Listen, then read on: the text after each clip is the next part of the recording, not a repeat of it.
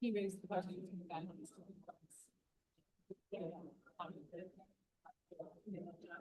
Bingo. That is the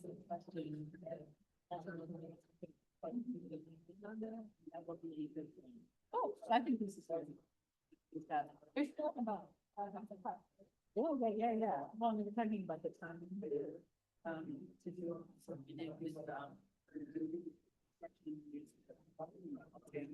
yes. So what do you want me to use? You were allowed. Hello? Is it on? No, it's on. Oh, it's off. No? No? There it is. Hi, everybody.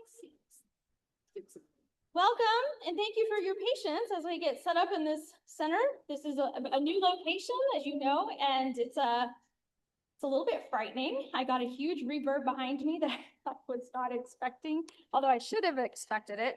So I just wanted to say thank you for coming, and we're so glad that you're here, and I hope you can see what little of the screen we can get to show, but we'll continue to work out the kinks as we get used to our location. So my name is Lindsay Williams. I am the president of the Civic Association, and I do see a lot of new faces, which is fantastic. So as we go forward, we're going to do we'll call into order now. We'll do a quick hello introductions. I have some time for elected officials to speak if that does come up. We have our treasurer report, our secretary report. Then we should have Jeremy from Harris County Flight Control here to speak, but I don't see him yet, so we'll give him some time. But we also have our committee report updates and then announcements there. So happy New Year and welcome to the Ironworks, the hall. It's pretty exciting. It took a lot of effort just to get a venue, and thankfully this is one we don't have to pay for. It's really difficult to find venues and locations that don't require a payment, and they were very, very kind to let us be here. The only thing I am going to ask is if we have a few very strong volunteers at the end who may want to help us put up chairs, I would be so grateful. So just at the end, I would be super, super grateful for that. And just so for all the new faces, raise your hand if this is your first time here, and I promise I'm not going to make you introduce yourself in front of everybody. Awesome. Thank you so much. And I really hope that you find this meeting so informative and so helpful that you return and participate and positive changes in our neighborhood. So just to kind of remind everybody, we do have a little bit of change to the board. We have a lot of familiar faces, so we should be cool with that. Obviously you have me. I know that's a hard screen to see. We have Clay, our vice president. We have Catherine, who's now secretary. And then we have Matthew, who's going to be at treasurer. So that's going to be this little bit of change up in the officers. And then we've got Erin, she's at home right now. She has a little baby that we're very excited about. Then we've got Kyle. Kyle's been here for many years. We've got Thomas, who's been here a few years, and he's super helpful. Get more chair. Thank you. We've got Amy, and she's been helping with our events and getting everything ready from there. We have Poulani. I know she's running a little bit behind, but she will be here. We have Megan, who is our new board of directors. She's hanging out at the sign-in table, and then Emily Olin as well. So so this is our board of directors for the year, and we are hoping to do really great things for y'all. So I just am opening this up. I see we have council member Carter's team. I don't know if you just want to say hello. And if you sign up to get on our newsletter, you can get a really cool pen. And it writes good and it writes well. I learned that on texting. You know, an autocorrect. Can't speak anymore. It does have a stylus. So if you like to draw like stick figures and stuff and annoyingly send them to people, it's great for that. Don't ask me how I know that specifically. Are there any other offices that I have not seen? Right. All right. So we got, I don't know, Matthew, if you wanted to say anything about our treasurer's report.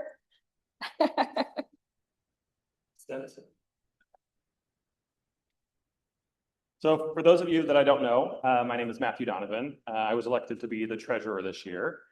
So as we've kind of gone through the year, we are trying to kind of update what our financial policies are. So if y'all have any questions on where our money goes or what we spend, feel free to come to me. We have full transparency into that. You can see that our total balance is $32,495.35. And we've only spent $15 year to date. So we've been really on budget. That's mainly because I haven't wrote some checks yet. One of the things that we have coming up is we are going to be making our donation of the proceeds that we have from our home tour last year. So we'll be donating a little bit over $2,500 to 2 different charities and 2 different groups. And going forward, we will start to show what our spending is year to date and what we've spent that month, just to provide transparency meeting to meeting of what money is going out of the organization. So again, if y'all have any questions about any of this, feel free to let me know. Thank y'all. Well, thank you. And then Catherine, I don't know if you just want to say hello and talk about Secretary's report. Hi, I'm Catherine Santa Maria. This will be my 3rd year on the board, 1st year as secretary. We do not have a report yet, but we will after this meeting. We did have a board retreat, and those notes will soon be public in the public folder that I send everyone a link to. Oh, thank you. So before we move into everything we have here, I did see Christina Morales' office come say hello. I saw Marie. There you are. If you wanted to say hello. So Marina's from Christina Morales' office. So that is our state rep. So of course, if you have any concerns that you want to bring to her, she's going to listen just as much as we do, but you know, she has direct ties to the we're getting a call from Sylvia Garcia's office.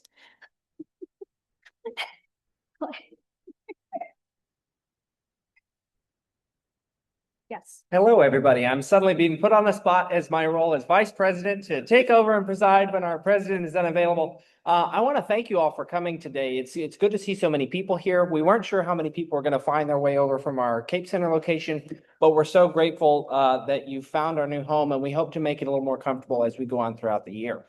And I have just been told that I've fulfilled my duties. Thanks, y'all. Sorry, we have Sylvia Garcia, our congresswoman. Frank is here. He said he saw where to go in, so hopefully we'll see him very soon. We're working out the kinks. I appreciate your patience on this. So I did just want to take a moment to say thank you to our 2025 board. We actually had some really big wins last year. I think the biggest thing, and I'm going to give a shout out to Kyle for this one, but just our reinstatement of our nonprofit status. That was a really big, hefty.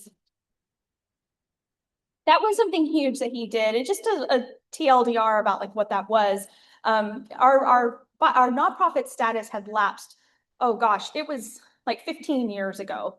And that was just because the board at the time had not followed the processes in order to keep everything. So that's what's going on. But Kyle did a lot of very painstaking work to chase that down and get that reactivated. We also had a very positive tree planting event towards the end of the year. I don't know if any of y'all were involved in that, or I know some of y'all were, but it was a really wonderful event that we were able to get, 35 trees planted. Trees for Houston came and passed out 200 more. And these are all just wonderful things in the neighborhood. Yes, so I know HEB is not here, but thank you to HEB for getting that in. And I do see Congresswoman Sylvia Garcia's office. Frank is here. And then also District I, Sally is here as well. Making sure I give y'all the hello. So I know him. all right, so I don't see Jeremy with the Harris County Flood Control. He was going to come give us some updates on how, if y'all remember, there was an increase in the Harris County tax rate, and so they were talking about how they're using those funds and what they're doing with the drainage, with the flood control drainage work. So hopefully we'll hear from him. But until then, we can move forward, which is some of the things that we've been working on. So 2026, we have our major events for the year. So you might want to go ahead and mark your calendars. It's okay if you don't. We'll tell you about it anyway. Thursday, April 23rd is when our spring fiesta will be.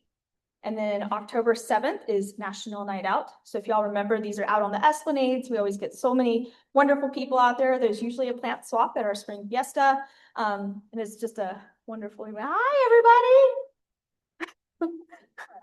I know, I love it. Everybody's excited to see the inside of the hall. So that's what I'm contributing this to. Maybe I'll like it. So we got, and then 17th and 18th is the time slot we have slated for the home tour. And if y'all have never been to the home tour, it's a fantastic event that helps us raise money for some of the other events we want to do, and just projects we want to do in our neighborhood. And if y'all wouldn't mind, at some point, we do have a sign-in sheet, so we want to be able to contact you at some point. So please, if you can, make your way over to Megan, who's got the sign-in table over there. Yep, perfect. Thank you. Okay, so in addition to the 3 main events that we are holding, we also have our coffee and conversations, which are targeted right now for the last Saturday of each quarter. That's something that Thomas has been heading up, and it's been fantastic. Location and times to be determined. We typically try to find places nearby in the East End and support those organizations, or we go to a park, just depends. And our park play dates are slated to continue. If y'all have not been into those, you don't even need kids to go. I learned myself, you can just show up and talk to people. But the whole idea is that we have a lot of community members that have families, and sometimes they can't come to these meetings because they're doing bedtime and they're doing dinner and they're doing all of these things, right? So we want to make sure they have a chance to provide their input and get in touch and just be involved in a meaningful way. This is our meeting schedule. I don't know how many people are super into planning, but it is the first Monday of the month, generally speaking. We don't have a meeting in, I know you can't see it, I'm sorry. There's no meeting in April, July, or October. I'm sorry, I know you can't see that really well. I don't know if I make it bigger, if it's going to be able to be seen. We'll still send it out, it's fine. So February 2nd, March 2nd, May 4th, June 1st, August 3rd, September 14th, November 2nd, and December 2nd. So moving into our committees, we just wanted to share what our committees are for the year. So we've got special events that is going to continue. That is chaired by Amy Erickson and Megan Farrar.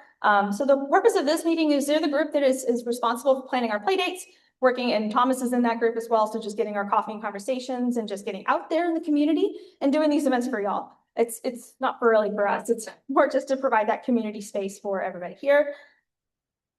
And then we've got communications and membership. So this is going to be chaired by Catherine Santa Maria and Emily Olin. And so if anytime you see something come through via email, if you see it on the website, you see it via socials, that's them.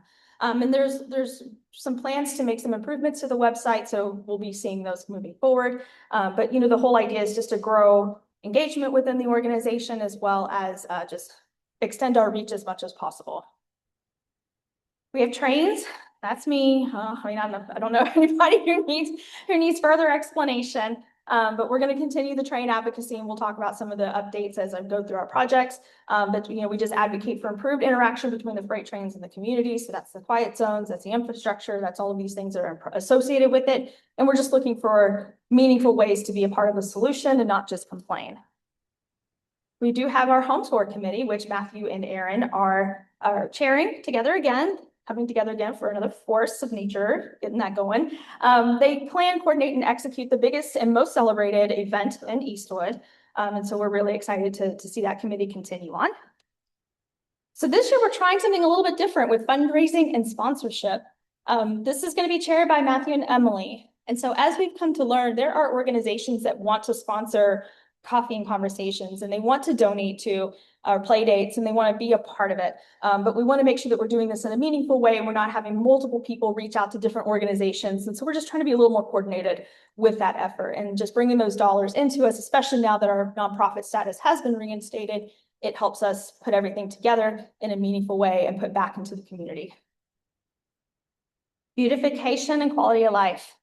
Clay and Kyle are going to be co-chairing this committee.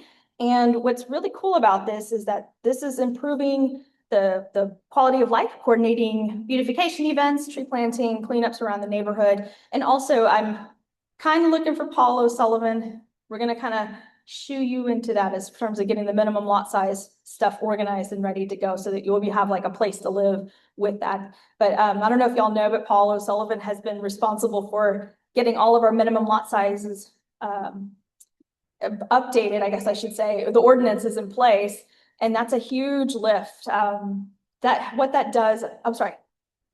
He's in the white hat.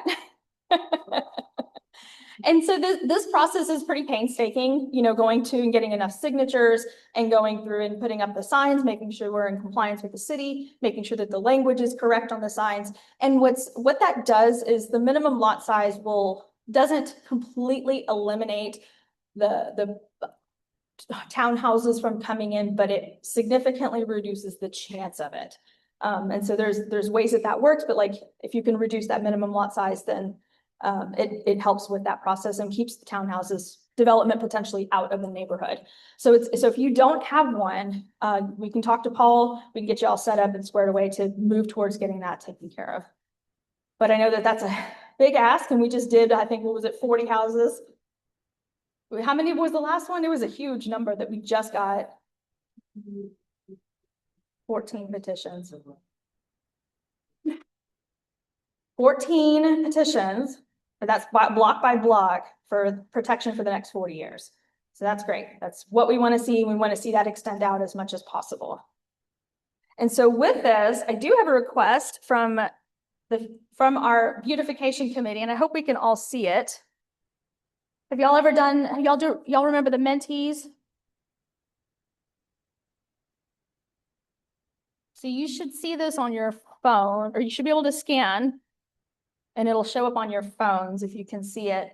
Or you can just go to menti.com, EMENTI.com. And the code is 3460 8286.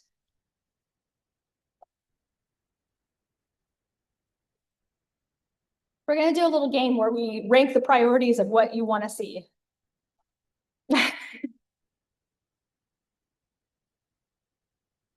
And if you've done it right, you will see something about yeah, you should see a green arrow. And it's okay if you don't want to do this. We're happy to take your feedback and just incorporate it. But this was a special request from our beautification committee. All right, y'all ready? Okay, I promise it's not gonna be that bad. It's just one. Okay, so on your phone, you should see different options. Which of these would you like to see our group work on in the coming year? So you'll be able to select those on your phone and prioritize them in the order that you like. And then you'll have a submit button, and as everybody submits, you can't see it, unfortunately.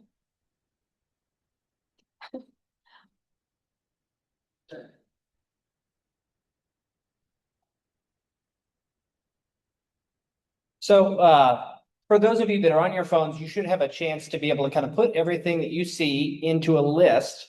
And for those of you that either don't have it pulled up or are having a hard time reading the screen, we have a bunch of possible projects that we have available. Things like new street trees, new park trees, pollinator plants, native plantings, park cleanups, and then also things like traffic calming elements. So if you have a street that is people drive by too fast through your neighborhood and you want us to do things like pursue speed bumps or curb extensions, bump outs, things like that, we kind of want to get a good idea as to what the neighborhood is thinking in terms of where we should put most of our effort so that what we do as a committee is as effective as possible. So if you have a chance to kind of reorder those to give us your feedback on what you want to see, any feedback you give is helpful. And if you are like me and you don't really love technology, please come talk to us. We could just as easily get your thoughts in face-to-face conversations, and we want to hear your ideas. There may be some things that aren't on this list. In the next month or so, we're going to be coming out with a kind of a calendar of maybe a Zoom call or an in-person meeting, a coffee, where we can just sit down and get ideas, because the best projects come about when people combine their efforts, and we want to hear from you all. We work well together.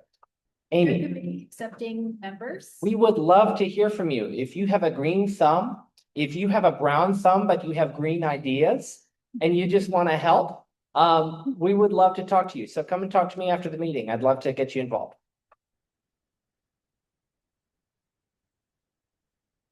Yeah, so we have a few people that are still submitting answers. I know that you can't see it, but it is number one right now is park cleanups.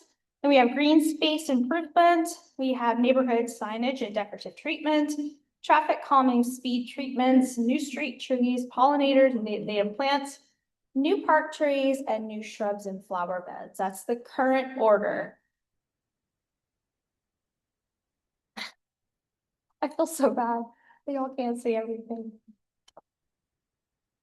We'll fix that, I promise. I don't see anybody still working on this. Oh, never mind, I do. I see some people still submitting.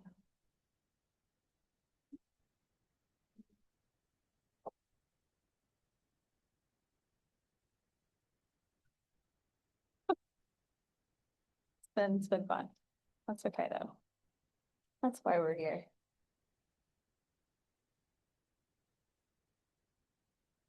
The whole group back here. We still have 4 left. 3460. 8286.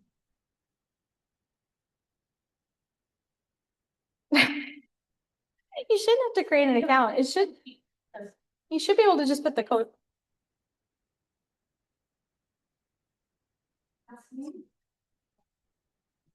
It went away?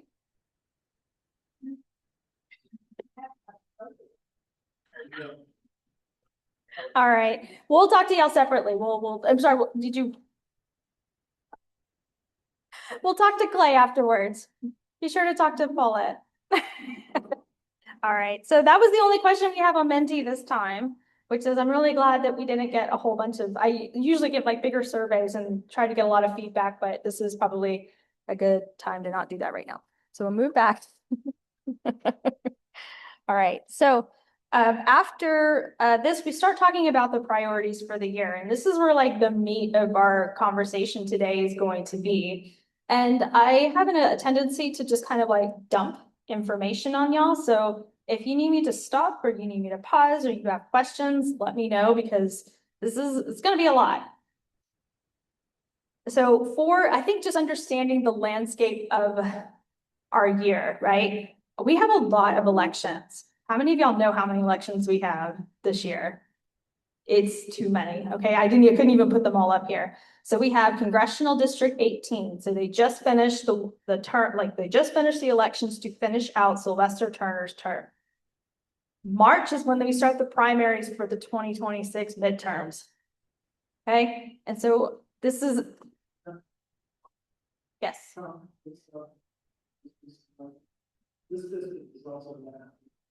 Yeah. Yeah, so the reason I'm bringing this up is because it was that Congressional District 18 was on the other side of the railroad tracks. But now that this election has finished, Eastwood is now in Congressional District 18. Okay, this is based off of the redrawn maps. So that means now unfortunately, your representative we still have Sylvia Garcia's team that'll probably still listen, but technically, I think Christian Menefee is our rep. No, January, sorry. The vote is for, I'm sorry, this is how unclear this is, and this is why they should never have done this, I did not say that, but it's true.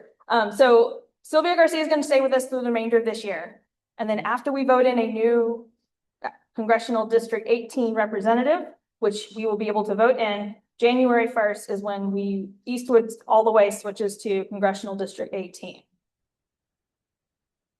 that clear as mud?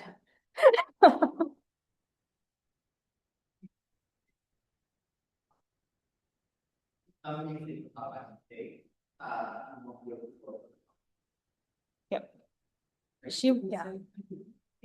So just to reiterate what he said, so everybody heard it, you might have received a mailer to vote for Congresswoman Garcia. You will not be able to vote for Congresswoman Garcia in this next election because our congressional district is changing as of January 1st.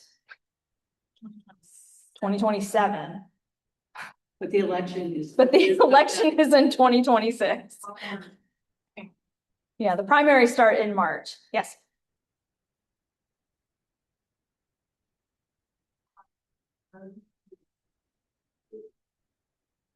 Yes, that is correct. So the election that just happened was only to refill the remaining term from Sylvester Turner. And then the primaries start for the 2027 term starts in March.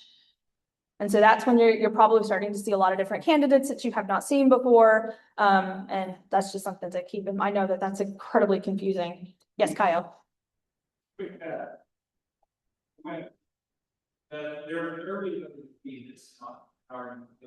Yes. Early voting for the primaries starts in 2 weeks. Okay, so that's the biggest one, and thankfully the most confusing. We also have our county judge, our county attorney, our county commissioner, and we have a lot of state and judge elections. So John Cornyn, he is our senator in the U.S. Capitol. He is up for re-election. Our state representatives are up for re-election. Our state lines are not changing. So as of right now, Christina Morales' team is going to take care of us and continue to take care of us. So that's just something to keep in mind. But we will, I saw the ballot already and it's pretty extensive. So we're going to do our best to mitigate. That's from the coffee plant, by the way. That's from the coffee plant. We are okay to be here. So we've got neighborhood concerns. We haven't heard anything different. They tend to be the safety, just overall safety, train blockages and noise, mobility, beautification, and affordability. I'm not going to make anybody commit to saying this, but at the super neighborhood, we saw a huge rise in people concerned about presence of ice in the neighborhoods. So we're just being mindful of what we can do and what information we can share to help be as beneficial and helpful as possible. There's not a whole lot the Civic Association can do necessarily, but we can share that information. And I know that the Congresswoman is putting out a lot of Know Your Rights or like setups. I know the Councilmember Martinez is putting some of those out. And also I think Adrian Garcia is also putting those out. So it's just helpful to know that these are information sessions you can listen to and you can go to learn more. So that's just something to keep in mind. Some of our internal operations, I think Matthew mentioned a little bit of it, just improve financial transparency. Just being able to share a little bit more about what we're spending the dollars on so that you can see it. We don't have anything to hide. We just want to make sure we're sharing that openly with y'all. And then of course, improved outreach. The more people we can speak to for the first time, the better. The more voices, the better. The more feedback we get, the better. Because if we are able to get as many voices, you get a better solution for everybody. And so when we start talking about infrastructure, this list is just getting longer and longer and longer. And even from our board retreat in 2025, it's longer. Even from our super neighborhood retreat, it's longer.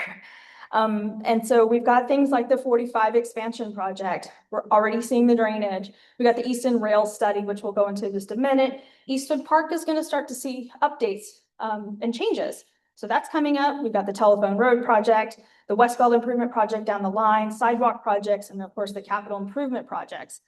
So I know you can't see it, but we have a lot. This is all the projects that I could find. And I go through as many meetings as I can. I try to look up every list that I can, but I'll go through them. So one of them is the McKinney Sidewalk project that is being done by the East End District. That is between Cullen and Dumble, and it's on the north side only. And while I understand that seems silly, the grant could only cover that portion. So they have to go to grants, make the case for this. In this particular case, it was to improve connectivity to get to Metro. So they couldn't get the north and the south side, so they figured we'll get something out of this. And so that's why we're starting this project, and eventually it's going to connect to other improved projects. And I will take a little improvement over no improvement. There is another sidewalk project further down the line. And the McKinney project is slated right now to start in March of this year. So that, and it was supposed to start in January, but I think there was a hiccup with the bid contracting process, so they had to restart so that they're compliant with their own rules. So we also have the Ford Cade Dumble Street sidewalk project. And this one is one I just learned about. It's also with the East End District. It is taking, and I don't know which side, if you ask me east or west, I can't tell you. But it is from Forcade, so over there behind Coral Sword. And it goes up to Dumble, across Telephone, up to Dumble, then Dumble to Leland. So that is another sidewalk project that's in place.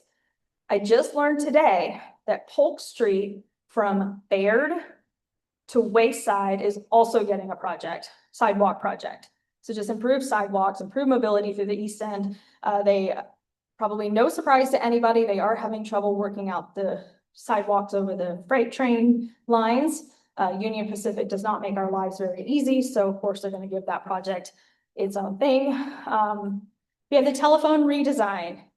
So this one was a big deal last year. If y'all remember, a few years ago, the TERS came out and put together a huge community engagement about what we wanted to see on Telephone Road in terms of safety improvements and making it a walkable promenade. Unfortunately, to align with the mayor's new guiding principles for mobility, that project has changed.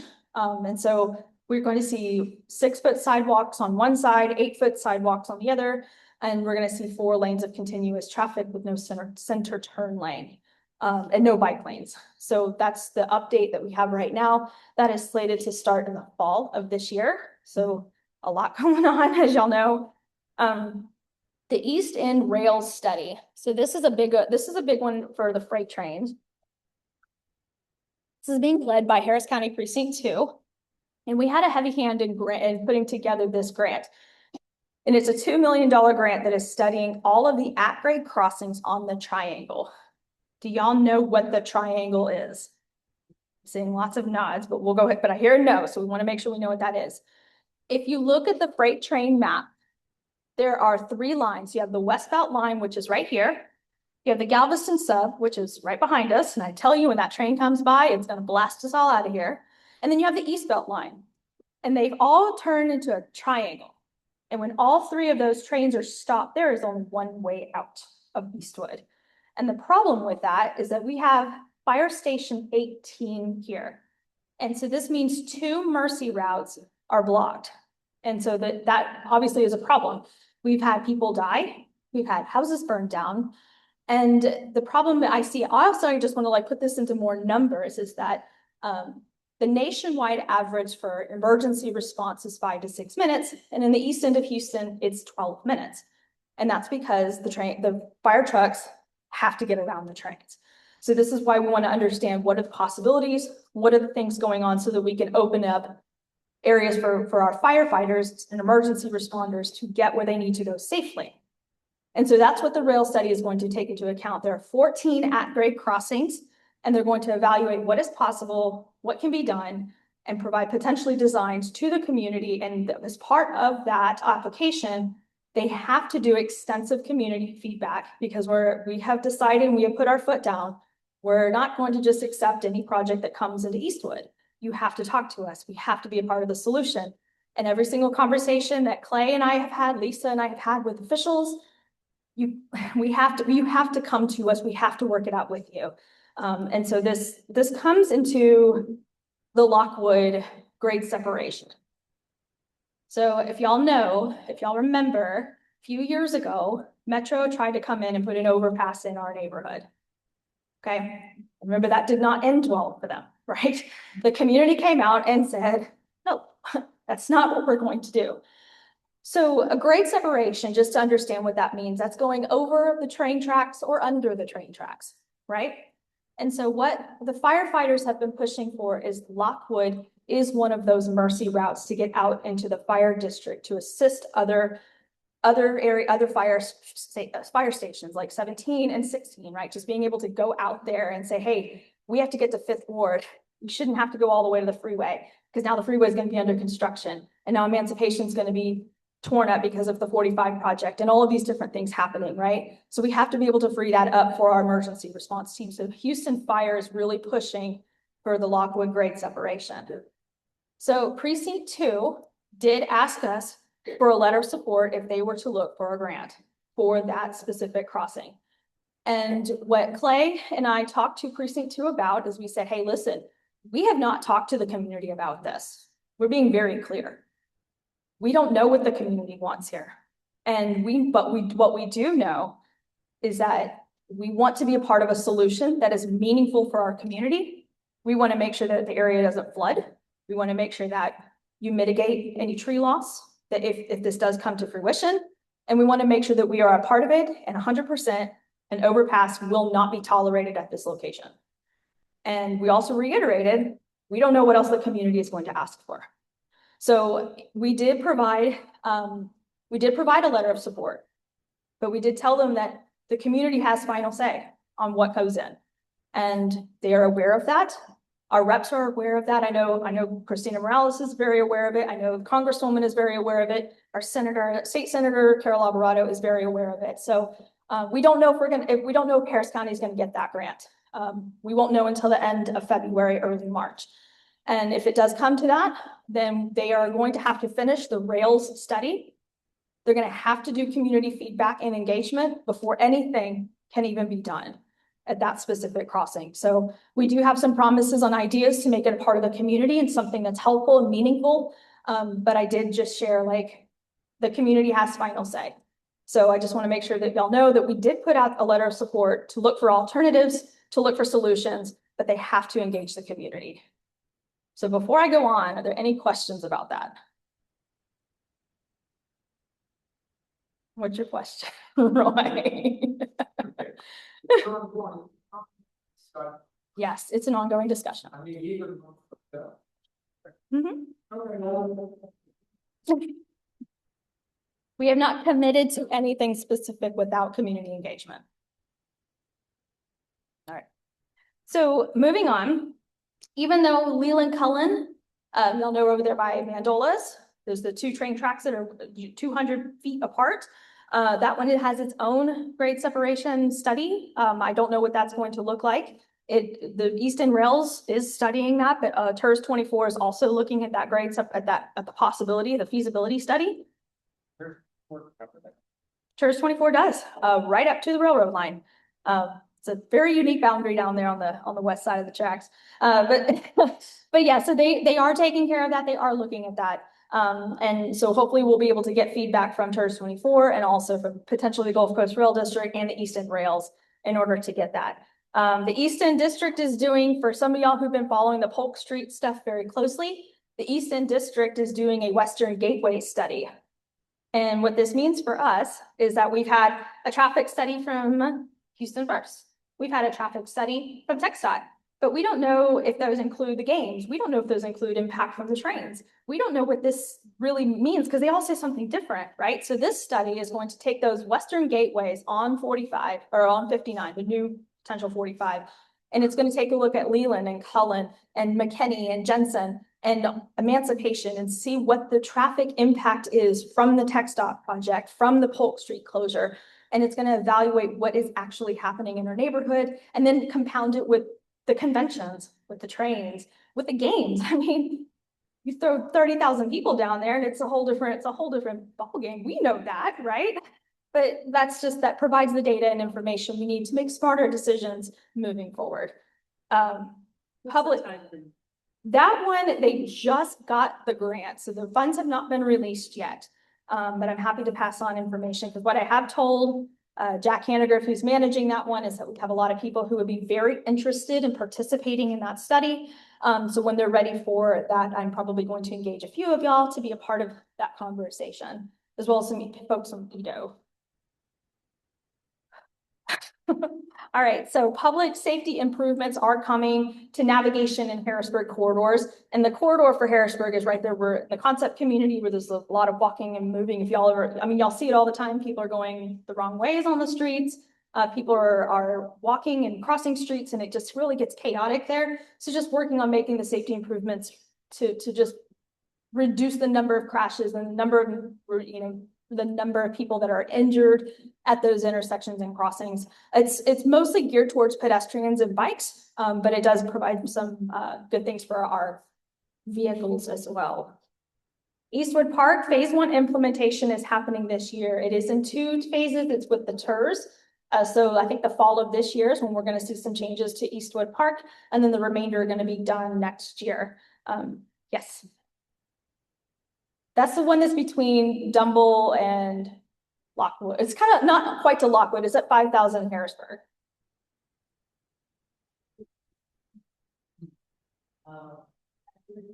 Yeah, that's different. Okay, perfect. George I. Brown Convention Center expansion is happening. And so I'm sure y'all know that the actual closure for Polk Street has not officially been voted on, but I expect that that's going to come up pretty soon. The Polk Street official closure we just talked about. The North Houston Highway Improvement Project, that's the 45 realignment project. That is what is closing all of the streets right now in Edo. They're doing a massive drainage work in order to support, depressing the highway. And the highway, the actual big dig, I call it the big dig, I don't know what else to call it, but where they're actually going to bury the highway, it's not going to be until 2027, which is realized next year. The Reimagine Milby project is coming. I know, there's a lot of stuff. It's fantastic, but it's going to be a whole lot all at once. Paris County Precinct 2 is doing a Reimagine Milby project. That's this road right here. It's going to go from Polk Street all the way to Tony Meron Park. And they're talking about improved drainage. They're talking about bike lanes. They're talking about a lot of different things here. So that's going to be a really good thing, and expect community engagement meetings on that so you can provide your own feedback. And then, of course, the West Belt Improvement Project, which is something we've been tracking. I know that they just had a meeting on that, and that is to put a grade separation at York. So they're going to turn York and Sampson into two ways. And then they're going to go under the two railroad tracks on York Street. I know that that's a lot. It's hard to put it all in your head, but that's how it's going to work. And the two way is going to continue down, I think, past Navigation, if I'm not mistaken. So we're going to take away those one-way streets that can seem to confuse everybody and turn them into two ways. All right. Now that I've just dumped a heck of a lot of information on y'all. You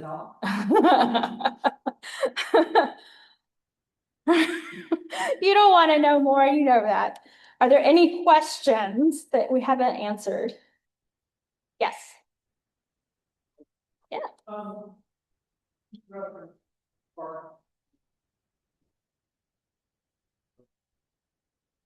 Yep.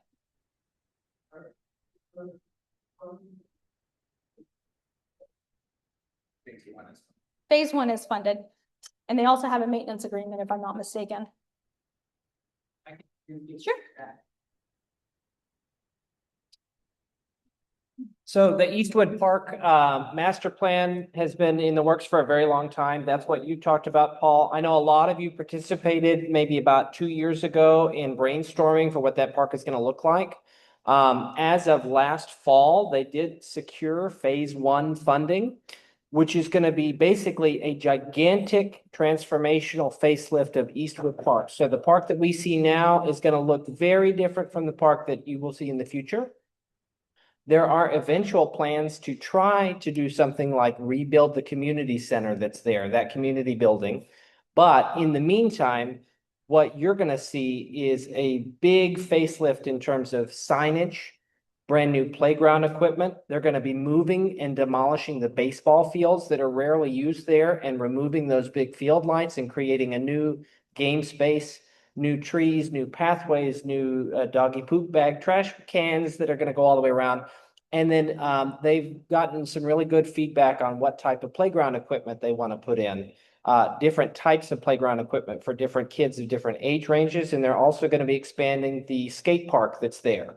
So lots and lots of stuff is coming. The best part is it's already paid for, and they're going to be soliciting help from us here at the Eastwood Civic Association on things like the history of Eastwood and the culture of Eastwood to be able to make the art that they're installing feel like it's something that you all can be proud of. So in the next year, you're going to be hearing a lot from them on ways that you can give input. Things like color palettes and what type of art and murals and tiles can be there. And I believe they're also going to be asking members of the community to paint some of the tiles that they're going to be installing. So it's a really cool way to have you and your kids be a part of the park that's going to be there for the next 30, 40, 50 years. So very cool stuff. Yes, Paul. So one thing, that part, we pick an environment we have a story to figure out why there's selected on the 87, there's a lot of department. Administration. Great is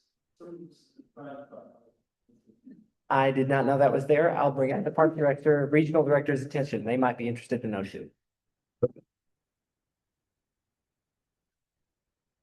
All right, any other questions that we didn't, oh, we have Mr. Kukuk. Mentioned earlier, pedestrian crossing, Yes, Australia, yes, that's a pretty important safety issue. yes. Because in fact, every day, you look out behind the house there, Eastwood, and instead of expanding the railroad crossing, you've got a place to walk. Yep. It's not dangerous, so to speak. Instead of doing that, they went there and put fences up on either side of the tracks that force people to go to the streets across the railroad. We see kids on the way back to school, we see people with wheelchairs, all kinds of stuff. Modify the sidewalks up at that point so that they don't out on the street. That puts you in the traffic across the railroad tracks. Yeah, so And I don't know if that's common practice, that's the only one I'm very familiar with. And that's just dangerous. I agree with you. And I've learned a few things today that they're not really shocking. But so the city of Houston or any entity is not, without the railroads, like without the working with the railroads, they are not supposed to put a sidewalk over the tracks. And to do that, they have to, what I learned today, which I had no idea, that apparently they will only allow a sidewalk to cross the tracks if it's at a perfect 90-degree angle. This is something I had no idea about. We talked about it, we were talking about the Polk Street crossing right there with the East Belt. And as y'all know, those warehouses come like right up to the street, right up to the sidewalk. And I think the angle, instead of being a 90-degree angle, I think it's a 60-degree angle. And so Union Pacific is coming back saying, you can't put these sidewalks here. They have to cross at a 90-degree angle. And I come back to them and saying like, well, you can move the sidewalk out to go at a 90-degree angle, but nobody's going to use it. They're going to just continue on their pathway. They're just going to continue on. And so my argument to them is, if you actually care about public safety, then you need to allow the city or the TERS or the entity to do these kinds of things. And also something else to note is I think there also, if there is a sidewalk, there is a requirement to have a sidewalk arm if you want a quiet zone. So in addition to the vehicle arms, they have to have a sidewalk arm that will come out in front. And so that's just something else that I've been learning about, because quiet zones are important to us. So right now, if there's no sidewalk there, they don't have to worry about that specific piece of infrastructure. So I'm not trying to get like all the way deep into the trains, but it's really easy to do that with me. With the proposed merger with Union Pacific and Norfolk Southern, one of the things that we are coming back to them and saying is, if you actually want to do this, if you actually want to block more crossings, then you need to take care of all of this infrastructure at no charge to us, and you need to implement it fast. So that's one of the requests that we have. I might send the congresswoman a whole bunch of requests that we have for that specific. We have a laundry list of asks for our neighborhood. But that's just part of it. I don't know if you have any. Oh, sorry. Sure. But that's part of the thing is that we see that there are significant safety improvements. Something else that we've also been sort of talking about are you can create pedestrian only tunnels underneath the railroad tracks that are actually far less expensive. And so we were trying to figure out like where would, like right here at Ironworks, I don't know if y'all have ever seen the train stop here, you'll see 30 people crawling through that train. And I'm not going to make anybody raise your hand. Plausible deniability. I bet many of us have crawled under or through a train at some point. You don't have to tell me, it's okay. But if we had at least a pedestrian crossing underneath right here at Ironworks, think of how many people that's going to help. Going from Kroger, carrying their stuff through. Yeah. And that's part of the Imagine Building conversation. Maybe, because they have some special rules about the railroad tracks. So I know that we talked to Metro about that when they were talking about their $100 million mobility bypass solutions. And we thought maybe at Eastwood, I don't know, because kids, going to Lancher, maybe at Dumble, because we got to get people to and from the park safely. What about here at Ironworks? There's a whole bunch of people here during the day and they have to get around the train. So these are just ideas that we're thinking about. And these tunnels don't actually cost nearly as much as a full-scale grade separation, but it would be really small to go through, I think 10 feet down and then tap back up. Yeah. Can they accommodate bicycles? as Yes. well? Mhm. So I don't know how many of y'all have been to Herman Park and see the tunnel that goes underneath McGregor? It would be something kind of like that. So it just kind of winds down, you go underneath McGregor safely, you go to the Bayou Parkland and it's on the other side. And it's just a quick down and out, and we could potentially do something similar here. There are some public safety concerns around that. You might get people sleeping in them, so that's just something I know that that's a concern. But if you're fine with that, then that's just an idea. There's no plans for those, by the way. These are just like as part of the conversation as we want to make improvements to the neighborhood. Any other questions? I know we've just talked a lot about trains and I did not intend to talk to y'all so much about trains, but the trains are important to our neighborhood. Yes. This is just a request for a future meeting, potentially. I think it would really be helpful to have somebody from Public Works or the council member coordinate updates on the accommodations with the closure of Polk Street and the Leland project, because we haven't heard any updates on that.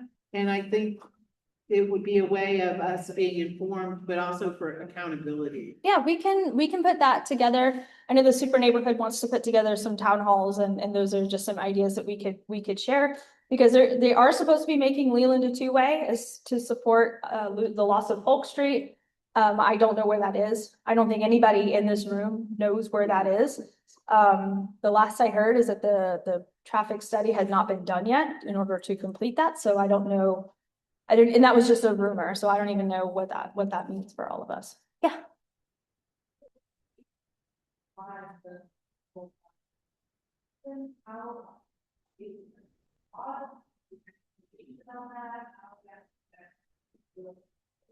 Okay, so I'm gonna share what I know.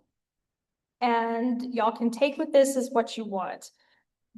So the question is, there's going to be the FIFA World Cup in June, July, and August-ish. I think it extends into August. And like the main zone for that is the fan fests that are happening in Edo. From what I understand, they have tried to move some of these projects to be done either before or start after. I imagine that there's going to be some infrastructure projects happening. I have asked, Edo Civic has asked, I actually cornered Chris Panetti at an event on Saturday night and reiterated our ask that we want to know what's going on. We want to know about safety perimeters. We want to know what is happening. From what I understand, they don't have those defined. If this were me, I would have had this defined a year ago, but I'm not in charge of the planning committee. So we don't know the safety perimeters. We don't know any of the protocols. They are supposed to do community events and outreach at that time. And that's all I know, unfortunately.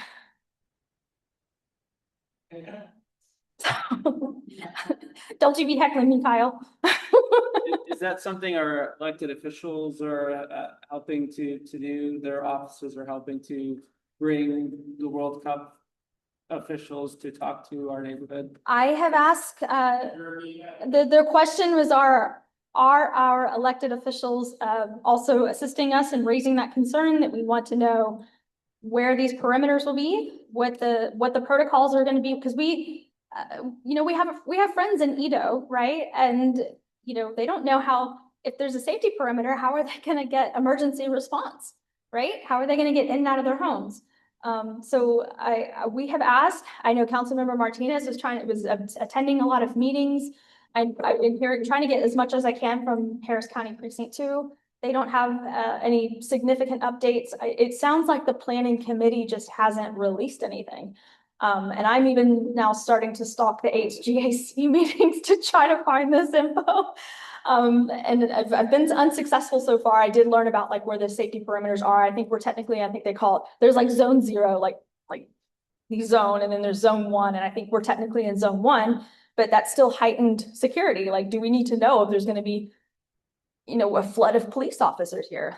I mean, that might be good to know, just what's happening. So I unfortunately don't know. And I unfortunately don't know if any more of our elected officials are learning anything, but I'm happy to dig around and see what else I can find. Yeah, I guess that would be the ask, right? That our elected officials, that they are coming to the meeting or prompting folks to, from the World Cup to come talk to us. Because it's safety. One, it's an exciting opportunity, right? For our neighborhood to get involved, in this big world event. But two, safety, traffic, resources that are available for us to get assistance, if we do have some issues. So hopefully our elected officials are listening. I hope, and I have, y'all know I have this constantly worrying about what's going on, and, Hurricane Beryl came through in July, and that would be right in the middle, and I'm not trying, somebody's got to knock on all of the wood as we get out of here, but I'm just saying, like, June is when hurricane season is, and I think just knowing what these things are is gonna be super helpful, but when I cornered Mr. Kennedy at this event, he just, the only thing he said was, yeah, we'll reach out to you when we're ready to do community events. And I was like, okay, thanks, I guess. Any other questions that I'm hopefully able to answer? All right, good. Okay, so with that, we have announcements. We have Eastside HPD PIP meeting. If y'all have not been to a PIP meeting, this is a fantastic opportunity to just learn about stats and information. That is on February 16th. South Central HPD is on February 17th at HPD South Central. And just so that you know kind of where these are, HPD South Central goes, through Edo, 2nd Ward to Lockwood. On the other side of Lockwood is Eastside PIP, is for the Eastside location at 7575 Sherman Street. And also something just so that y'all know, I've been working with the Easton District to try to get a collaboration of just stats from all three entities, Precinct 6, HPD East Side, HPD South Central. How can we share these kinds of safety updates more regularly? Because everybody wants to know, but digging up this information is really, really difficult. So we're going to try to make that easier so that we can share these updates with y'all. And then our super neighborhood meeting is on February 25th at the Magnolia Multi-Service Center. If you're interested in coming, we're going to have officer elections, and then we're also going to have people come speak, and I can't remember their names right now, so don't ask me, I don't know. And then our next meeting here is on March 2nd. So before we adjourn, I just wanted to see if any other announcements, any other things going on. I'm happy to open up the floor. So again, my name is, I'm with Councilmember Carter's office, but I'm also on the board for Barrio Dogs. And I know y'all been past orders to the home tour, but I wanted to give everybody a quick update. We are having our Pedal for Cause Week 16 celebration on Sunday, March 22nd at Woodmeads. I'll send it to you. Cool. Yes. For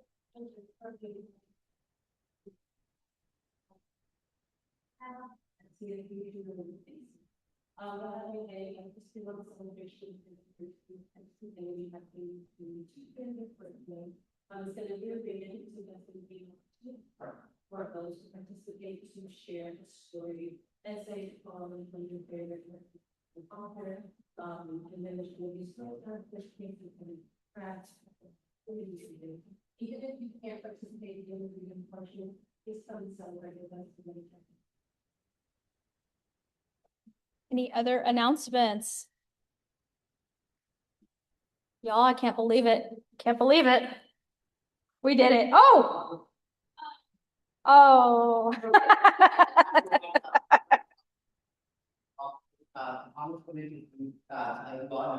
There are obviously open by the parts I'm pretty sure that our office is open regardless.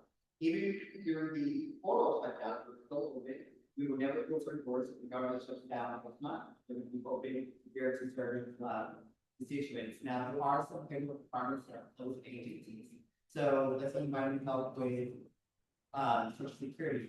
Social Security might be not working at a full capacity. Those other helping out on questions. Today also going to be very exciting. The Parks Service Department, Parks Service. Parks Department? Yeah, the federal Parks Service Department. They asked for 5 nominations for 5 high school bands to march on the 4th of July parade next year. This 150th anniversary. And I nominated Boston High School to be one of the bands. Not the Southern Trip, Southern Trip. Yeah. Boston nominated Mill, North Shore High School, they were 5. Mill being North Shore, William Park, Chavez, and Nice. Nice. That's near and dear to me. I was in marching band at U of H. That shouldn't surprise anybody, but this is true.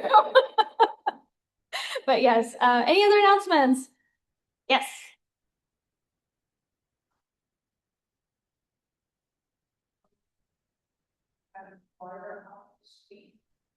For a February 21st when the rights and the legal post.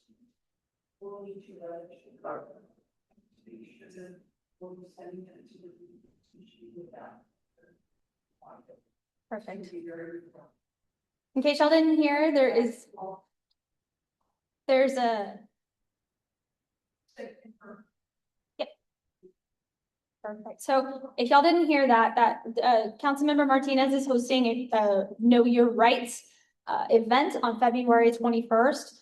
For safety reasons, you will need to register for that. And I would just suggest keeping a lookout for that. We'll share it whenever we get it, and we're happy to expand that out to different people. Yes. My name is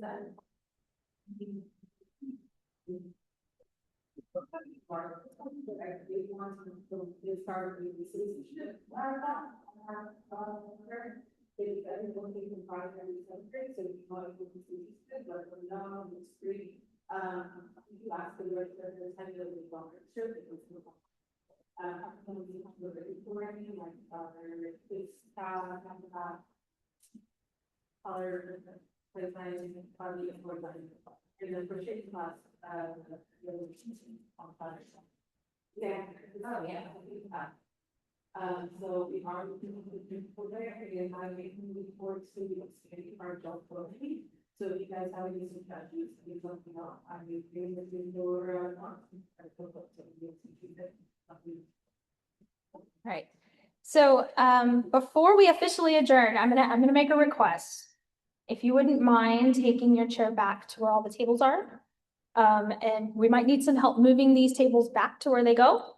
And also, if you really love the Eastwood Civic Association and you really want to help out, we would appreciate maybe a few volunteers to help us with setup for just as we go forward, because I mean, we were pretty spoiled at the Cape Center. We didn't have to do much setup, but this is just a little bit more, but we want to make sure everybody is a part of it. And so if you really want to help, we would appreciate that. So come see us up here, and we will appreciate all help. So yes.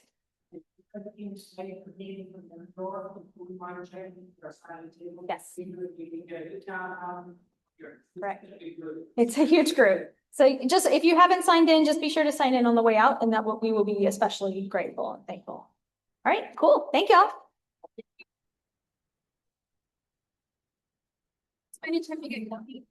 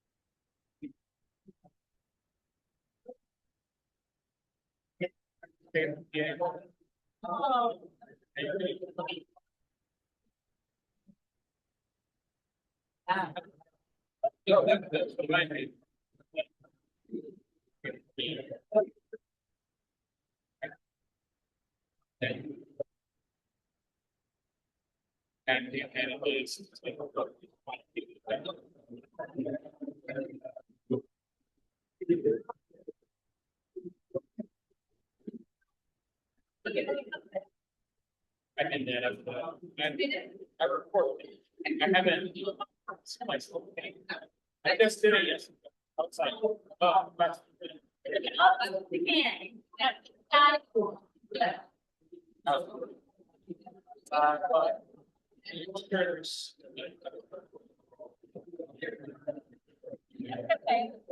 Yeah.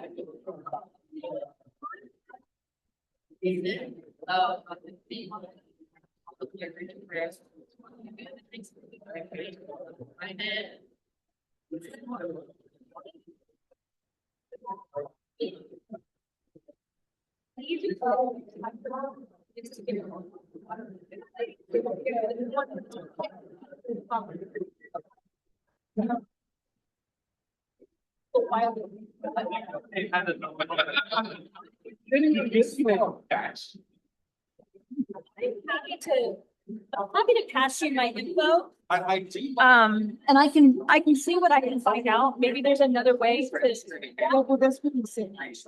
That's the thing is I don't know offhand. So I don't know offhand like what we can do, but there might be grant opportunities. There might be something you can take into.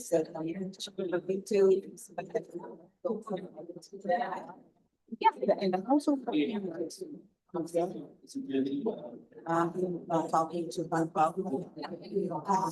He's trying to see if but I figure I'm gonna try both. If you want, Oh, yeah. anytime you message them, you can always include me Okay. and I can help you push. Okay. Behind you, like, what if I know information? Okay, and you've been, dealing with this for years. It's happening now. I'm just. No, I hear you. And, we don't have to involve my grandchildren. Really, so. I'm just to push the trash.